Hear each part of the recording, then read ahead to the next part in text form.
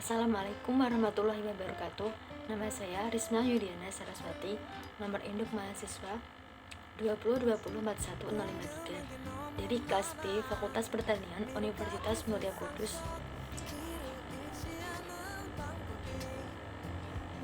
Saya di sini ingin menjelaskan mengenai sistematika penulisan karya tulis ilmiah. Pertama-tama, saya ingin menjelaskan mengenai apa sih karya tulis ilmiah itu. Karya tulis ilmiah adalah karya tulis yang dibuat guna memecahkan suatu permasalahan dengan landasan teori dan metode-metode ilmiah yang teruji.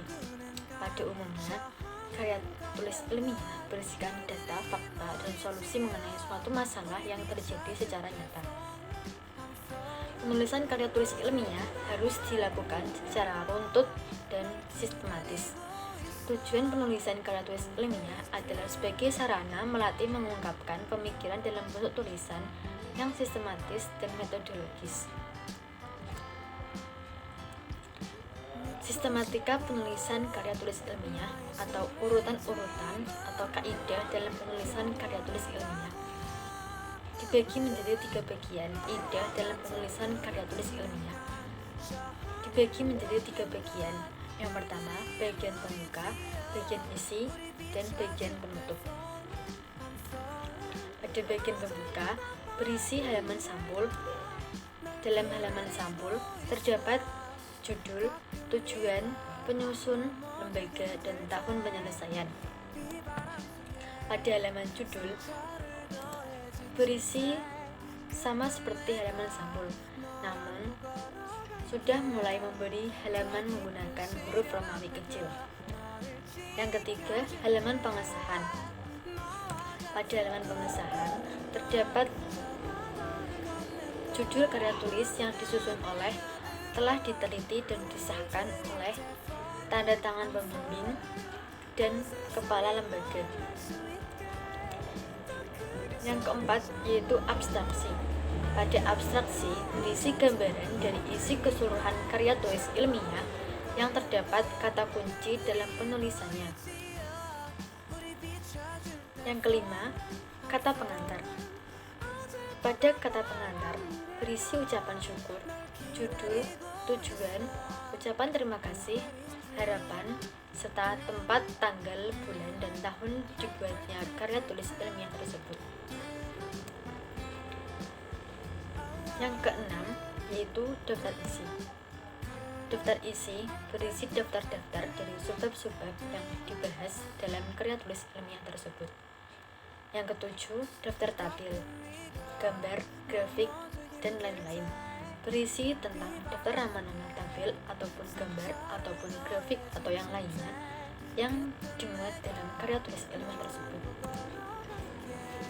Bagian yang kedua yaitu bagian isi. Pada bagian isi terdapat 4 bab yang masuk dalam bagian isi, yaitu bab 2, kajian pustaka atau landasan teori, yang berisi tentang latar belakang masalah, rumusan masalah, tujuan penelitian, dan manfaat penelitian. Pada bab latar belakang masalah berisi latar belakang dari permasalahan atau hal-hal yang menyebabkan adanya karya tulis ilmiah tersebut diadakan. Rumusan masalah. Dalam rumusan masalah berisi tentang beberapa kalimat tanya atau permasalahan yang ada. Yang ketiga, tujuan penelitian. Pada tujuan penelitian berisi tentang hal-hal yang ingin dicapai atau untuk menjawab dari berbagai rumusan masalah yang ada. Yang keempat, manfaat penelitian.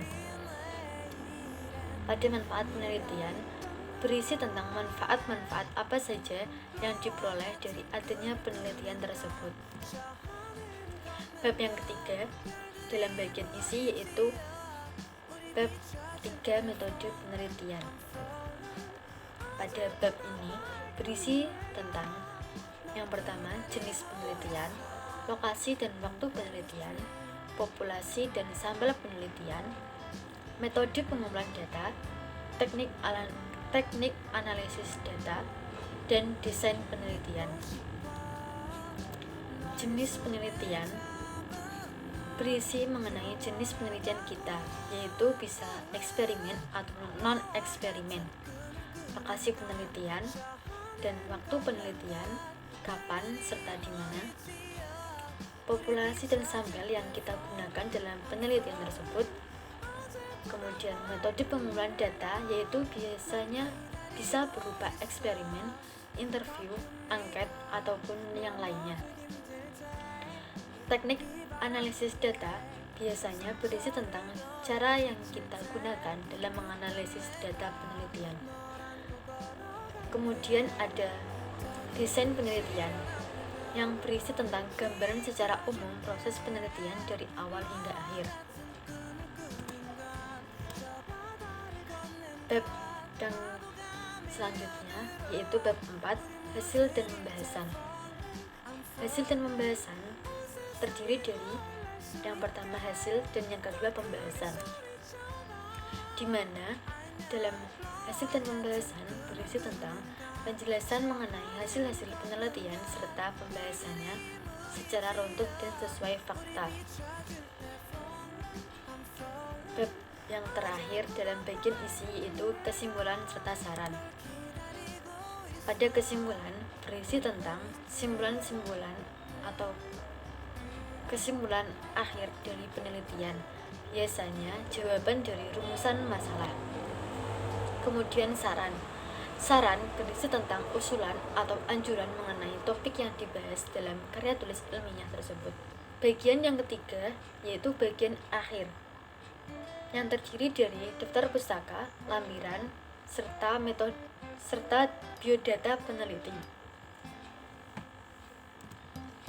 Pada daftar pustaka biasanya berisi tentang daftar-daftar referensi atau sumber yang digunakan dalam penulisan karya tulis ilmiah tersebut.